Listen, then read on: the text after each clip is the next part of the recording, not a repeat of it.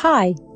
When the famous physicist and astronomer Galileo first championed the idea that the Earth revolved around the Sun back in the 1500s, he was called a raging lunatic and convicted of heresy by the Church.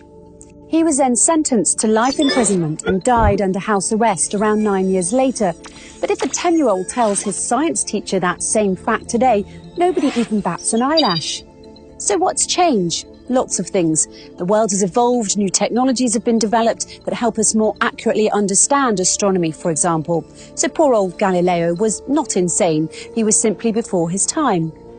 Luckily, scientists today have more advanced tools and gadgets that can help them avoid meeting the same fate as Galileo.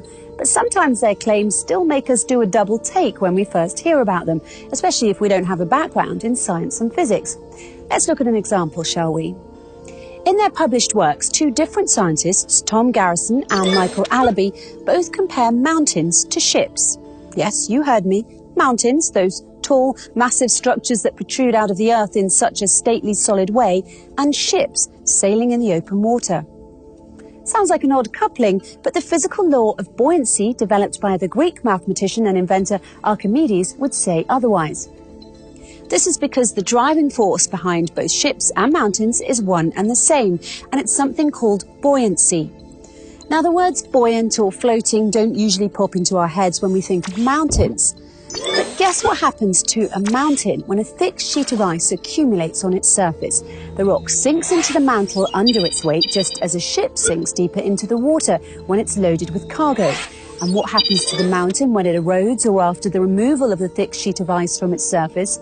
In much the same way as a ship rises again when the cargo is removed from it, the Earth's crust will rise again in response to the reduced load on the mountain. We know all this today from the research conducted by scientists such as Garrison and Allaby in 2013 and 14. But flashback 14 centuries ago to when the Quran was revealed, and you'll find that it too makes the same analogy in chapter 42, verse 32, when it says, "And among his signs are the ships in the sea like mountains."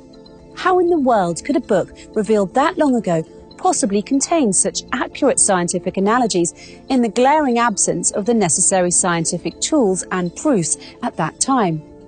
Yet another example of modern science mirroring the Quran relates to the concept of inertia.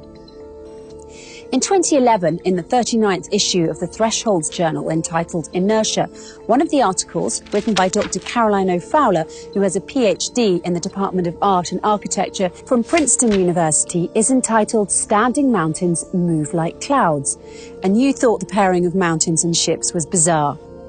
In this article, Dr. Fowler offers her reflections on inertia using the artwork of a famous painter called Abraham Bloemaert.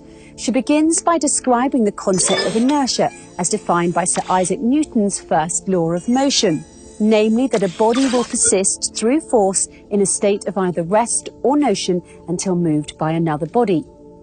She then goes on to shower her praises on the painter for his ability to express this rather abstract concept of inertia with only the stroke of his paintbrush in a single picture.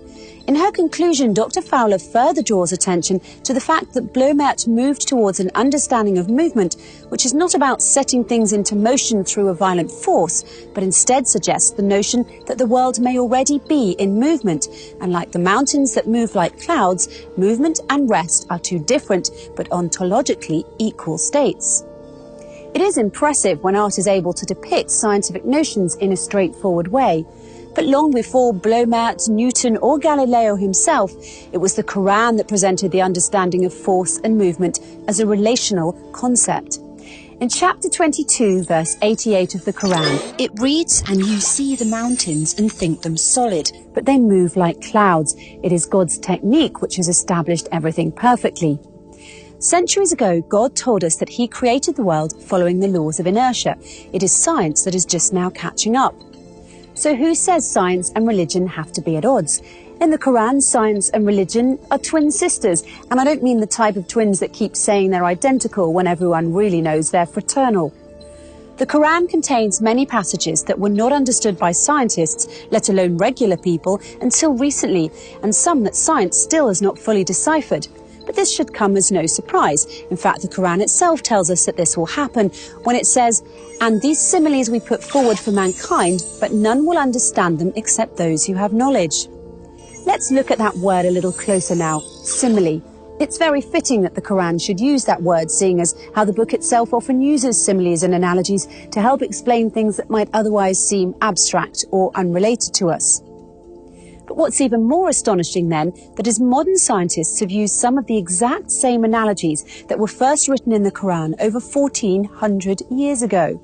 Of course, until scientists studied any of this, no one thought to relate mountains and ships or mountains and clouds in this unusual way. And even now, the analogy of mountains being like ships in the sea and like moving clouds is one that will most likely be lost on many people.